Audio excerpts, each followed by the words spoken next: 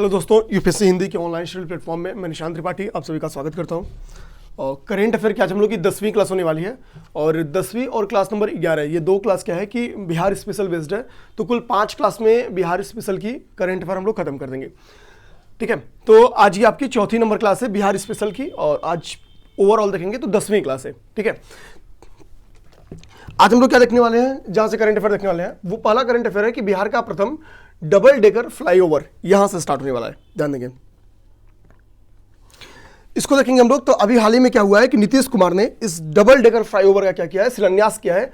तो पहली बात तो यह थी कि ये डबल डेकर फ्लाईओवर कहां से कहां तक है, तो ध्यान देंगे कारगिल चौक से एनआईटी तक ही आपका डबल डेकर फ्लाईओवर है। एक चीज तो ये दिमाग में रखना है, कारगिल चौक से एनआईटी तक। ठीक है, इस डबल डेकर फ्लाईओवर की लंबाई कितनी है, तो 2.20 किलोमीटर ये लंबा है। ध्यान देंगे कितना है, 2.20 किलोमीटर इसकी लंबाई है। तो ये चीज दिमाग में रखना है। इस फ्लाईओवर को बनने में जो लागत आ रही है वो 422 करोड़ रुपए की लागत आ रही है। तो 3 फैक्ट है, इसका जो डिस्टेंस है वो 2.20 किलोमीटर का है।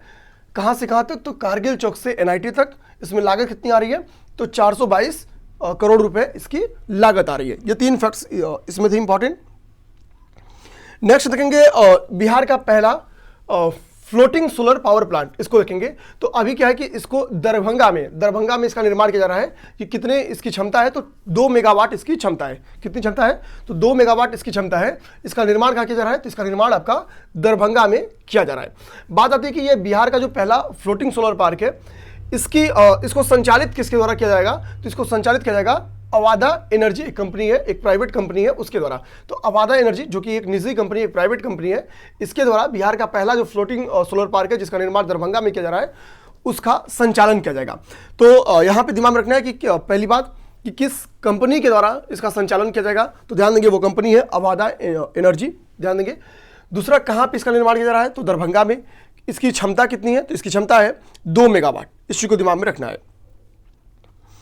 हालांकि दूसरे जो फ्लोटिंग सोलर पावर प्लांट है उसके भी निर्माण पे काम शुरू हो गया है, ध्यान देना है। इसका निर्माण, बात आती है कि इसका लोकेशन क्या है, तो सुपौल जिले में। तो बात आती है कि पहला कहां पे है, तो पहला आपका दरभंगा में। जो दूसरा फ्लोटिंग पार्क है जिसके निर्माण पे कार्य चल रहा है वो क्या है, वो आपका है सुपौल जिले में। मैं इसको हाईलाइट करता हूं, ध्यान देंगे, वो सुपौल जिले में। तो बिहार के 2 जिले में इस वक्त क्या है कि फ्लोटिंग सोलर पावर प्लांट्स स्थापित किए जा रहे हैं। पहला जो पावर प्लांट है वो आपका दरभंगा में है, दूसरा जो है वो आपका सुपौल जिले में। पहला दरभंगा में, दूसरा आपका सुपौल जिले में। आप ध्यान देंगे बुजुर्गों के लिए जीवन गुणवत्ता सूचकांक अभी जारी किया गया है। ध्यान देंगे है, बुजुर्गों के लिए जीवन गुणवत्ता सूचकांक जारी किया गया है। अब यहाँ पे ध्यान देंगे कि बात आती है कि किसके द्वारा जारी किया गया, तो डॉक्टर विवेक देवराय जो कि आर्थिक सलाहकार परिषद के अध्यक्ष है, इनके द्वारा इसको जारी किया गया है। किसके द्वारा, डॉक्टर विवेक देवराय, यह है क्या, आर्थिक सलाहकार परिषद के अध्यक्ष है। इनके द्वारा बुजुर्गों के लिए जीवन गुणवत्ता सूचकांक जारी किया गया है। बिहार को इस सूचकांक में बात आती है कि कितना स्कोर किया बिहार ने और बिहार का रैंक कितना है, ध्यान देंगे। तो यहाँ पे कह रहा है कि इस इंडेक्स में बिहार को 51.82 स्कोर के साथ बुजुर्ग आबादी वाले राज्यों में तीसरा स्थान मिला हुआ है। ठीक है, स्कोर कितना है, 51.82। ठीक है, 51.82 स्कोर है बिहार का। और बिहार की रैंकिंग कितनी है, तीसरी रैंकिंग है। यानी बुजुर्गों की आबादी में, यहाँ पे क्लियर देखेंगे लिखा है बुजुर्ग आबादी वाले राज्यों में बिहार को तृतीय स्थान मिला हुआ है। बुजुर्ग आबादी वाले राज्यों में बिहार को तृतीय स्थान मिला है। तो एक तो क्वेश्चन यही डायरेक्टली पूछ सकता है कि हाल ही में जारी बुजुर्गों के लिए जीवन गुणवत्ता सूचकांक के अनुसार बुजुर्गों की आबादी में बिहार की कितनी रैंकिंग है। ठीक है, आबादी के हिसाब से। तो आबादी के हिसाब से बिहार की जो रैंकिंग है वो तीसरी है। प्रथम रैंक पे आपका राजस्थान है, द्वितीय रैंक पे आपका महाराष्ट्र। प्रथम पे राजस्थान है, द्वितीय पे महाराष्ट्र है, तृतीय पे आपका बिहार है। इसमें अगर यूपी की बात करेंगे तो यूपी को 7वां स्थान मिला हुआ है। यूपी को 7वां स्थान मिला हुआ है। पहले पे कौन है, पहले पे महाराष्ट्र राजस्थान है। दूसरी रैंक पे कौन है, दूसरी रैंक पे आपका महाराष्ट्र है। तीसरे पे आपका बिहार है। 7वें रैंक पे आपका उत्तर प्रदेश है। ये चीज दिमाग में रखना है। अब बात आती है कि इस सूचकांक को तैयार करने में जिन 4 पिलर्स का 4 स्तंभ है जो इसके, उसको देखेंगे। एक तो है वित्तीय कल्याण, दूसरा है सामाजिक कल्याण, तीसरा है जो स्वास्थ्य प्रणाली है और जो आम सुरक्षा। यहाँ पे 4 चीजें हैं यहाँ पे। ठीक है, इसके 4 स्तंभ है इस सूचकांक के, वित्तीय कल्याण, सामाजिक कल्याण, स्वास्थ्य प्रणाली और आम सुरक्षा। ठीक है, ये 4 इसके क्या है, मेनली इसके स्तंभ है, ध्यान देना है। इसके स्तंभ के चक्कर में नहीं पड़ना है, नहीं याद करेंगे तो भी चलेगा।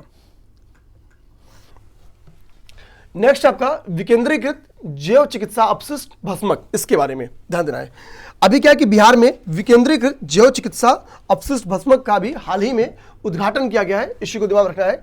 इस बात आती है कि इसका उद्घाटन किया कहाँ गया है, तो इसका उद्घाटन बक्सर में किया गया है। इसका उद्घाटन कहाँ किया गया है? इसका उद्घाटन बक्सर में किया गया है। तो बिहार में विकेंद्रीकृत जैव चिकित्सा अपशिष्ट भस्मक का उद्घाटन हाल ही में बिहार में किया गया। एग्जैक्ट अगर पूछेगा तो बिहार के वार्ड बक्सर के वार्ड नंबर 32 में एक कोई ज्योति चौक है, वहां पे इसको स्थापित किया गया है। ठीक है, तो क्वेश्चन ये भी बोल सकता है कि ज्योति चौक कहां पे है, तो ज्योति चौक आपका आ गया कहां पे? ज्योति चौक आपका हो गया बक्सर में। तो बक्सर के वार्ड 32 में जो ज्योति चौक है वहां पे क्या होगा? इस भस्मक का उद्घाटन किया गया है। ठीक है, ध्यान देना है। नेक्स्ट, इस भस्मक के बारे में अगला फैक्ट कर रहा है कि यह भस्मक 50 किलो जैव चिकित्सा अपशिष्ट को प्रतिवर्ष की दर से समाप्त करेगा। तो ये जो डाटा है 50 किलो, इसको दिमाग में रखना है, याद कर लेना है, क्योंकि डाटा बेस्ड बीपीएससी में कम से कम 12 से 15 क्वेश्चन आते हैं, इससे अधिक रहेंगे, कम नहीं रहते हैं। ठीक है, तो यह भस्मक 50 किलो जैव चिकित्सा अपशिष्ट को प्रतिवर्ष की दर से समाप्त करेगा, ये चीज ध्यान रखना है। नेक्स्ट है द ड्रीम ऑफ रेवोल्यूशन, ये सबसे इंपॉर्टेंट है। ठीक है, मतलब मेरे मानना है कि आज की क्लास का ये सबसे इंपॉर्टेंट है। इससे कोई भी पब्लिक सर्विस कमीशन अपना क्वेश्चन बना सकती है, भले से ये बिहार पीसीएस से रिलेटेड है। लास्ट बीपीएससी आप लोग दिए होंगे अगर इसके पहले वाला, ठीक है, तो उसमें साफ साफ क्वेश्चन था कि लोकनायक निम्नलिखित में से किसे लोकनायक के रूप में जाना जाता है, या लोकनायक किसे कहा जाता है। ठीक है, ये क्वेश्चन आया हुआ था कि लोकनायक किसे कहा जाता है। ठीक है, तो ड्रीम ऑफ रिवॉल्यूशन जो बुक है, ध्यान देंगे, द ड्रीम ऑफ रिवॉल्यूशन, ये बुक एक है जो कि जयप्रकाश नारायण की जीवनी पर आधारित है। ये बुक क्या है? जयप्रकाश नारायण की जीवनी पर आधारित है। तो पहला फैक्ट क्या हो गया? The dream of revolution Jayaprakash Narayan की जीवनी पे आधारित है। ध्यान देना है, ये जो बुक्स है इसकी लेखक दो लोग हैं, उनका नाम है बिमल प्रसाद और सुजाता प्रसाद। ठीक है, बिमल और सुजाता। ठीक है, ध्यान देंगे, बिमल प्रसाद और सुजाता प्रसाद ने, इन दोनों लोग ने इस जीवनी का, जो जयप्रकाश नारायण की जीवनी है, इसकी रचना की है। कौन? उस जीवनी का नाम है द ड्रीम ऑफ रिवॉल्यूशन। ठीक है, आगे इनके बारे में कुछ फैक्ट दिया गया कि इनको लोकनायक के रूप में जाना जाता है। 1902 में इनका जन्म हुआ था। ठीक है, ये सारे फैक्ट्स हैं। संपूर्ण क्रांति आंदोलन के ये जनक थे। कब हुआ था संपूर्ण क्रांति आंदोलन? तो 1974 में, 1974 में। ठीक है, तो ये जयप्रकाश नारायण के बारे में कुछ फैक्ट था, लोकनायक के रूप में जाने जाते हैं। 1902 में इनका जन्म हुआ था, संपूर्ण क्रांति आंदोलन की ये जनक है। नेक्स्ट है सेव आवर गार्जियन ट्री। ठीक है, गार्जियन ट्री इसका मतलब गया कि जो बुजुर्ग पेड़ है, ठीक है, यानी जिनकी उम्र लगभग 70 साल से अधिक है और अराउंड 400 ईयर्स तक के बीच का है। ठीक है, तो ये एक आईएएस ऑफिसर है, उनके द्वारा ये आंदोलन चलाया गया है, सेव आवर गार्जियन ट्रीज। इसमें जिन वृक्षों को संरक्षण देना है वो उनकी उम्र कितनी है? तो 70 साल से लेके 400 साल तक के जो वृक्ष है उनके संरक्षण की इसमें बात की गई है। जान देंगे, पूर्वी चंपारण जिले के जिलाधिकारी हैं, उनका नाम है सिरसत कपिल अशोक। सिरसत कपिल अशोक ने इस आंदोलन को संचालित किया है, इसको दिमाग में रखना है, या इसकी शुरुआत किया है, कुछ भी कह लीजिए। ठीक है, तो पूर्वी चंपारण के जिलाधिकारी हैं, उनका नाम है सिरसत कपिल अशोक। सिरसत कपिल अशोक जी के द्वारा सेव आवर गार्जियन ट्री की शुरुआत की गई। इसके तहत आपको कीवर्ड्स बस याद रखना है, 70 साल से लेके 400 साल तक के जो गार्जियन ट्री है या जो बुजुर्ग पेड़ है उनको इसमें संरक्षण दिया जाएगा। ठीक है, नेक्स्ट है स्माइल योजना। स्माइल योजना के बारे में हम लोगों ने यूपी पीसीएस में पढ़ा हुआ है। ठीक है, स्माइल योजना किस चीज से संबंधित है? तो बेसिकली वो जो भिक्षावृत्ति में संलिप्त लोग हैं उनको मुख्य धारा में लाने से संबंधित ये योजना है। उनको मुख्य धारा में लाने से संबंधित ये योजना, यहाँ पे क्लियर लिखा हुआ है कि इस योजना के तहत भिक्षावृत्ति में लगे लोगों को पुनर्वास किया जाएगा। ठीक है, भिक्षावृत्ति में लगे लोगों का पुनर्वास किया जाएगा, इसमें ये लिखा हुआ भी है। ठीक है, अब बात आती है कि स्माइल योजना को जिन जिन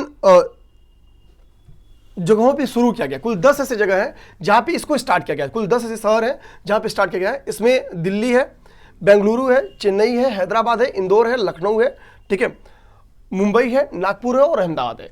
बिहार में ये पटना में है। ठीक है, तो कुल 10 शहर में इसको लागू किया गया है, जिसमें बिहार के पटना में, उत्तर प्रदेश के संदर्भ में दिमाग में रखेंगे तो लखनऊ में, ठीक है, एमपी के संदर्भ में देखेंगे तो इंदौर में। ठीक है, तो ये सारी चीज अपने दिमाग में रखना है। 10 शहर का नाम एक बार देख लेना है, दिल्ली, बेंगलुरु, चेन्नई, हैदराबाद, इंदौर, लखनऊ, मुंबई, नागपुर, अहमदाबाद और पटना में। तो बिहार के पटना में स्माइल योजना लागू हुई। क्वेश्चन अगर बन के आ गया कि भिक्षावृत्ति से संबंधित या भिक्षावृत्ति में संलिप्त लोगों को मुख्य धारा में शामिल करने से संबंधित योजना बिहार के किस जिले में लागू की गई? तो पटना में। कोशिश की गई कि देखिए यूपी में भी तो वो राजधानी में ही है, लखनऊ में, ठीक है, ध्यान दीजिएगा इसको।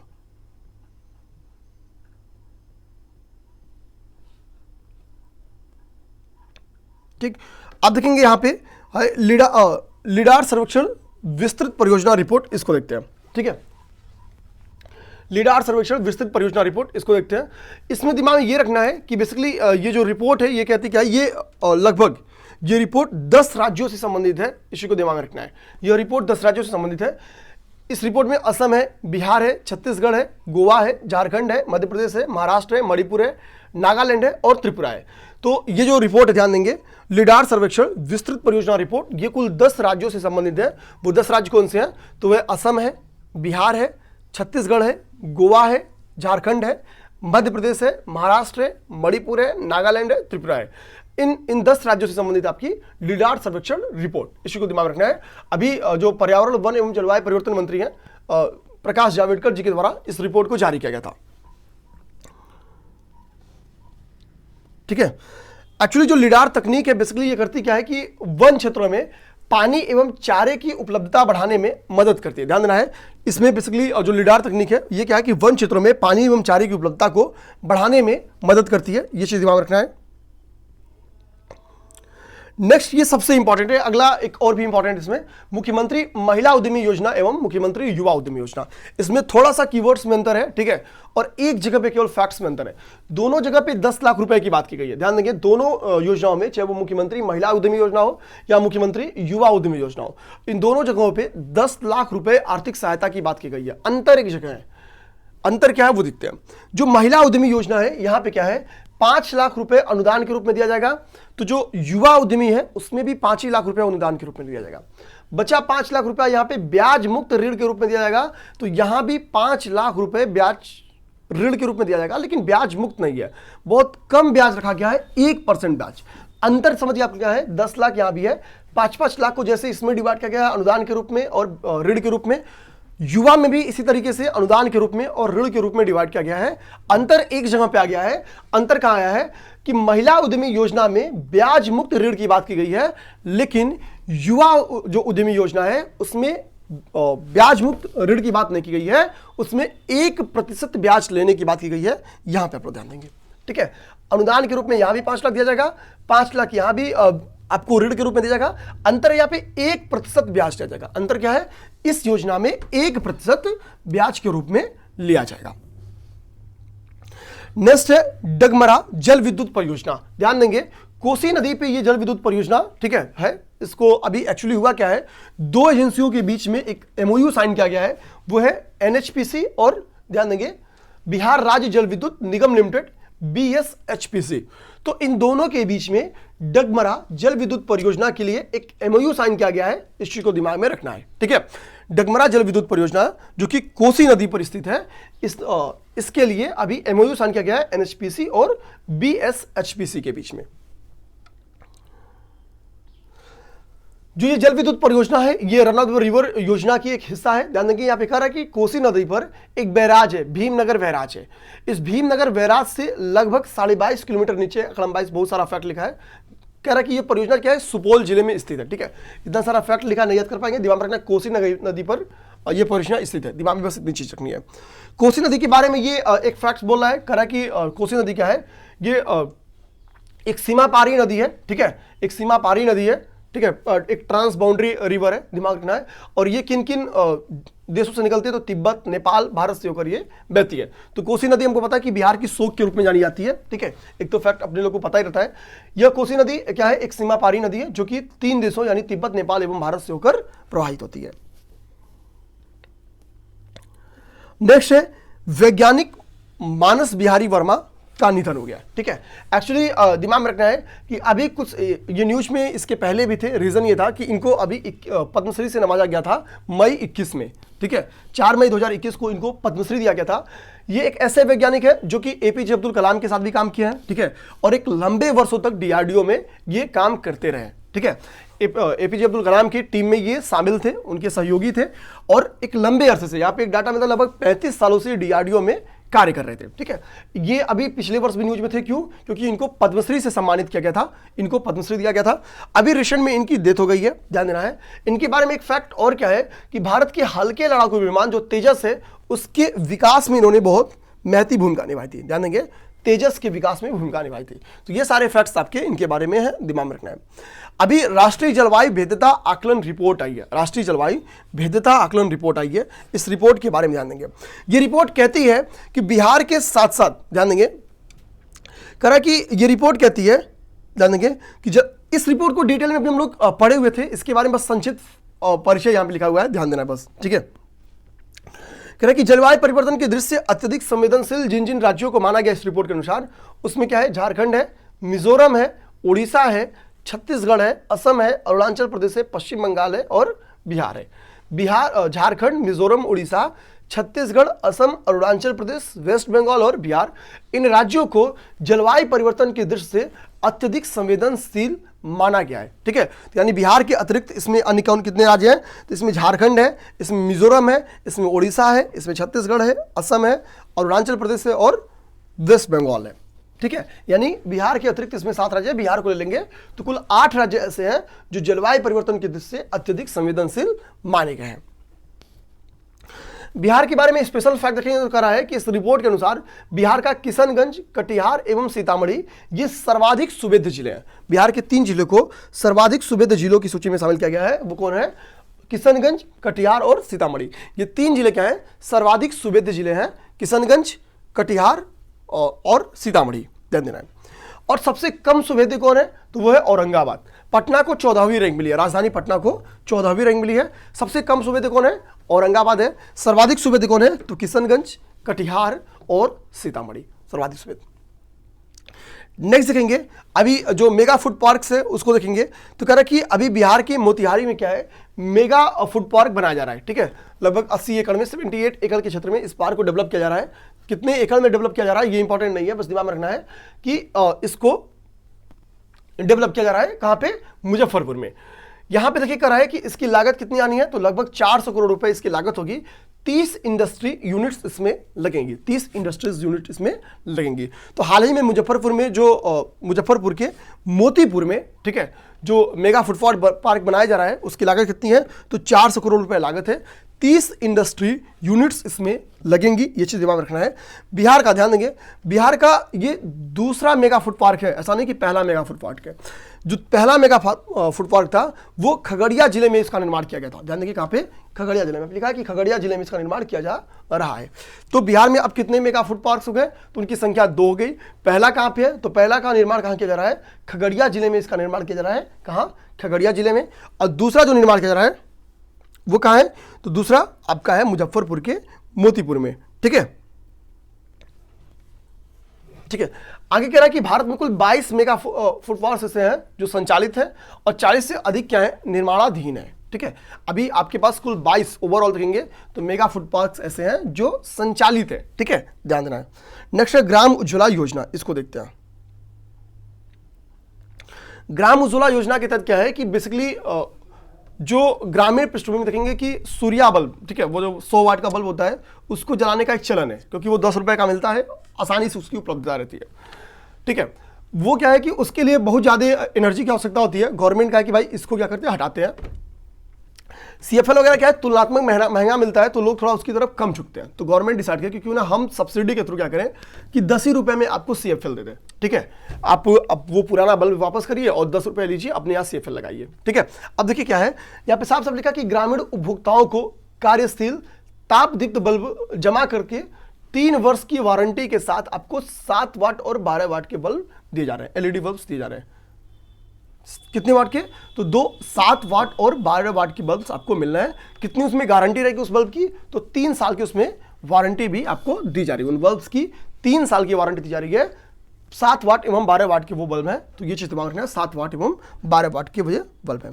बात होती है क्या ये बल्ब आपको टोटली फ्री दिए जा रहे हैं? तो नहीं, एक मिनिमम वो कास्ट लिया जा रहा है 10 रुपया, जो आप सूर्या बल्ब खरीदने में, या मतलब वो 100 वाट का बल्ब खरीदने में नॉर्मली आप लोग खर्च करते थे। तो वही एक चार्ज अब से 10 रुपए का प्रति बल्ब ले रही है गवर्नमेंट, और आपको 7 वाट एवं 12 वाट के LEDs आपको दे रही है। नेक्स्ट है बोधगया एवं राजगीर बिहार के 2 हरित शहर। अभी एक्चुअली हुआ क्या है कि ये दोनों शहर को पूर्णतः अक्षय ऊर्जा से संचालित करने का लक्ष्य निर्धारित किया गया है कि भैया हम लोग क्या करते हैं, बोधगया एवं राजगीर को पूर्णतः अक्षय ऊर्जा से संचालित करते हैं इसी को द्वारा, यानी इसको हरित शहर बनाने की तरफ आगे बढ़ते हैं। तो ये टारगेट गवर्नमेंट का है, राज्य सरकार का है, दिमाग में रखना है। क्वेश्चन आ सकता है कि राज्य सरकार किन 2 शहरों को अक्षय ऊर्जा से संचालित करके, पूर्णतः अक्षय ऊर्जा से संचालित करके हरित शहर बनाने की तरफ अग्रसरित है, तो वो हो जाएगा आपका बोधगया एवं राजगीर। बिहार इथेनॉल उत्पादन संवर्धन नीति 2021, हमको पता है कि सेंट्रल गवर्नमेंट ने क्या किया था कि जैव ईंधन 2018 को पारित किया था, उसके बाद से बिहार उसमें थोड़ा एक कदम आगे बढ़कर बिहार इथेनॉल उत्पादन संवर्धन नीति 2021 लागू किया था। बिहार पहला ऐसा राज्य बन गया था जो एथेनॉल से रिलेटेड कोई पॉलिसी लेके आया था, इसी को दिमाग रखेंगे। तो बिहार ऐसा पहला राज्य है जो एथेनॉल उत्पादन संवर्धन नीति लागू किया है या लेके आया है, ठीक है, ये चीज दिमाग में रखना है। कह रहा कि इस नीति के तहत एथेनॉल उत्पादन हेतु मक्का, गुड़, टूटे चावल, सड़े अनाज, इन सभी चीजों का यूज किया जाएगा, ध्यान रखना है। आगे कह रहा कि ये नीति क्या है, 2025 तक लागू रहेगी। अगली बात इसमें ये बोलना है, ठीक है, 2025 तक लागू रहेगी। आगे कह रहा कि बिहार में और वर्तमान में बिहार में 12 करोड़ लीटर इथेनॉल का उत्पादन होता है। वर्ष 2025 तक 50 करोड़ लीटर उत्पादन करने का टारगेट है। तो अब यहां से हम लोग की क्लास क्या होगी, आज वाली खत्म होगी। बस एक बार हम लोग जो इंपॉर्टेंट वाला सेक्शन है एक बार रिवीजन कर लेते हैं बस। जैसे उसमें सबसे इंपॉर्टेंट में अगर मुझे आज का जो 3 लगा वो देख लेते हैं। बिहार इथेनॉल उत्पादन संवर्धन नीति, ये इंपॉर्टेंट है, ठीक है। इसमें एक तो यही है कि भैया कि केंद्र सरकार ने जैव ईंधन नीति कब लेके आई थी, तो वर्ष 2018 में, ठीक है। और सेकंड बात है कि बिहार ऐसा पहला राज्य जिसने इथेनॉल उत्पादन संवर्धन नीति को लॉन्च किया, ठीक है। टारगेट से देखेंगे तो वर्तमान में बिहार ने 12 करोड़ लीटर इथेनॉल का उत्पादन हो रहा है और इसका 2025 तक टारगेट क्या, 22 चल रहा है, अगले 3 वर्ष में इसको 50 तक करने की पॉलिसी है, यानी 3 गुने से अधिक, 4 गुने से अधिक, ठीक है, करने की पॉलिसी है इसकी बिहार की, ठीक है। अब हम लोग देखेंगे नेक्स्ट क्या कि डगमरा जल विद्युत परियोजना इंपॉर्टेंट इसलिए है क्योंकि कोसी नदी पे बनाई जा रही है, ठीक है, तो ये इंपॉर्टेंट है। अभी अगला क्या है कि मेगा फूड पार्क, अब क्या है तो बिहार के अभी मुजफ्फरपुर में और एक मेगा फूड पार्क की स्थापना की है, इसके पहले खगड़िया में की गई थी। यानी बिहार में कुल कितने मेगा फूड पार्क हो गए हैं, तो बिहार में 2 मेगा फूड पार्क हो गए हैं, एक तो मुजफ्फरपुर में और एक खगड़िया में, ध्यान देना है। अब अगला हम लोग देखते हैं जो अगला जो हम लोग ये देख लें कि अक्षय ऊर्जा से संचालित होने वाले 2 शहरों को, जिसमें गवर्नमेंट टारगेट कर रही है कि इन 2 शहरों को हम लोग क्या करेंगे, पूर्णतः अक्षय ऊर्जा से संचालित करेंगे ताकि ये हरित शहर के रूप में आगे बढ़ सके। उनका नाम है बोधगया एवं राजगीर, बोधगया एवं राजगीर, ठीक है। स्माइल योजना के बारे में हम लोग देख लिए, स्माइल योजना के बारे में हम लोग पहले से पढ़े हुए थे, तो बहुत दिक्कत वहां पे नहीं आनी चाहिए, ठीक है। नेक्स्ट है बिहार का पहला फ्लोटिंग सोलर पावर प्लांट, इसको हम लोग देख लिए। तो ध्यान देंगे वो कौन सा है, अभी अवादा एनर्जी को इसके संचालन की जिम्मेदारी दी गई है, इसका निर्माण दरभंगा में किया जा रहा है। अभी एक और फ्लोटिंग सोलर पावर प्लांट पे काम चल रहा है बिहार में, जो उसका नाम है वो सुपौल जिले में स्थित है, ठीक है। तो बिहार में 2 फ्लोटिंग सोलर पावर प्लांट हो गए हैं, एक आपका सुपौल में अभी काम चल रहा है, दूसरा आपका कहां पे है, तो दूसरा आपका दरभंगा में है, ठीक है। तो ये सारे फैक्ट्स थे जो मेरा मानना है कि आपको तैयार रहना चाहिए। Next the dream of revolution, इसके लिए भी आप लोग तैयार रहिएगा। जयप्रकाश नारायण की ये जीवनी है जिसको विमल प्रसाद और सुजाता प्रसाद ने लिखा है। लोकनायक के रूप में हम लोग जयप्रकाश नारायण को हम लोग जानते थे। संपूर्ण क्रांति आंदोलन जो कि 1974 में हुई थी, इसके ये जनक माना जाते हैं। तो फिर इसी के साथ आज की क्लास को खत्म करते हैं। जय हिंद, जय भारत।